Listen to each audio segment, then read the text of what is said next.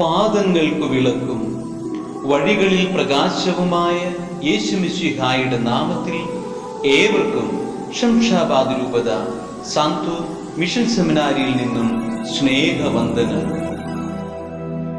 November 29 പള്ളിക്കൂദാശ കാലം 4-ാം ബുധൻ.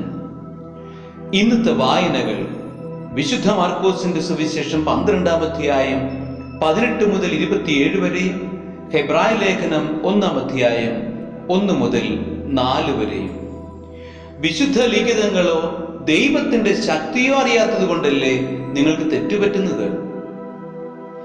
പുരാതന കത്തോലിക്ക കുടുംബ പാരമ്പര്യവും പൈതൃകവും സ്വന്തമാക്കിയും തിരുസഭയുടെ ഭക്താഭ്യാസങ്ങളും ആചാര അനുഷ്ഠാനങ്ങളും ആവോളം ആചരിച്ചു നീണ്ട വർഷങ്ങളിലെ വിശ്വാസ പരിശീലനം നേടിയും മുന്നോട്ടു പോകുന്ന ക്രൈസ്തവ ജീവിതങ്ങൾ തന്നെ പലപ്പോഴും വിശ്വാസ ജീവിതയാത്രയിൽ ഇടറി വീഴുന്ന വാർത്തകൾ നാം കേട്ടിട്ടുണ്ടാകും.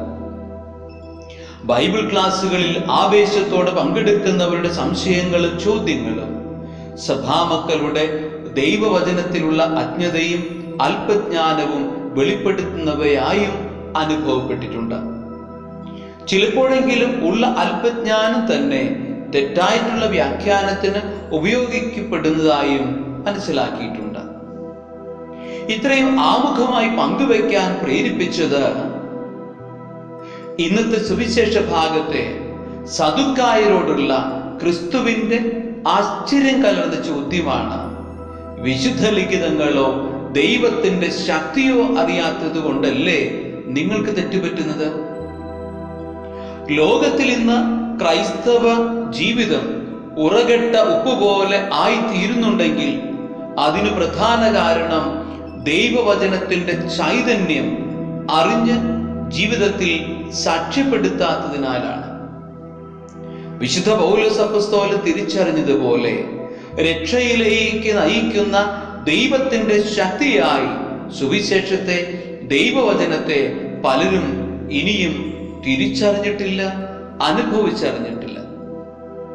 അതുകൊണ്ട് തന്നെ സദുക്കായരെ പോലെ സത്യമറിയാത്തതിനാൽ പലയിടങ്ങളിലും കുനിഷ്ഠ ചോദ്യങ്ങളുമായി ക്രൈസ്തവ നാമം വൃഥാ പേറി നടക്കുന്നവരായി നാം അധപതിക്കുന്നു.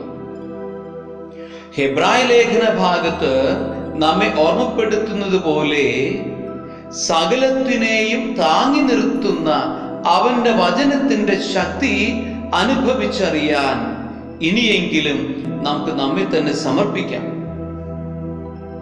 അനുദിനം അവിടുത്തെ വിശുദ്ധയാഗത്തിൽ വചന ശുശ്രൂഷ വഴി നമ്മോട് സംസാരിക്കുന്ന തമ്പുരാനെ ശ്രദ്ധാപൂർവം ശ്രവിക്കാനും അവിടുത്തെ ഹിതം തിരുവചനത്തിലൂടെ തിരിച്ചറിഞ്ഞ് നമ്മുടെ അനുദിന ജീവിതത്തിൽ സാക്ഷ്യപ്പെടുത്തുവാനുള്ള കൃപയ്ക്കായി നമുക്ക് പ്രാർത്ഥിക്കാം.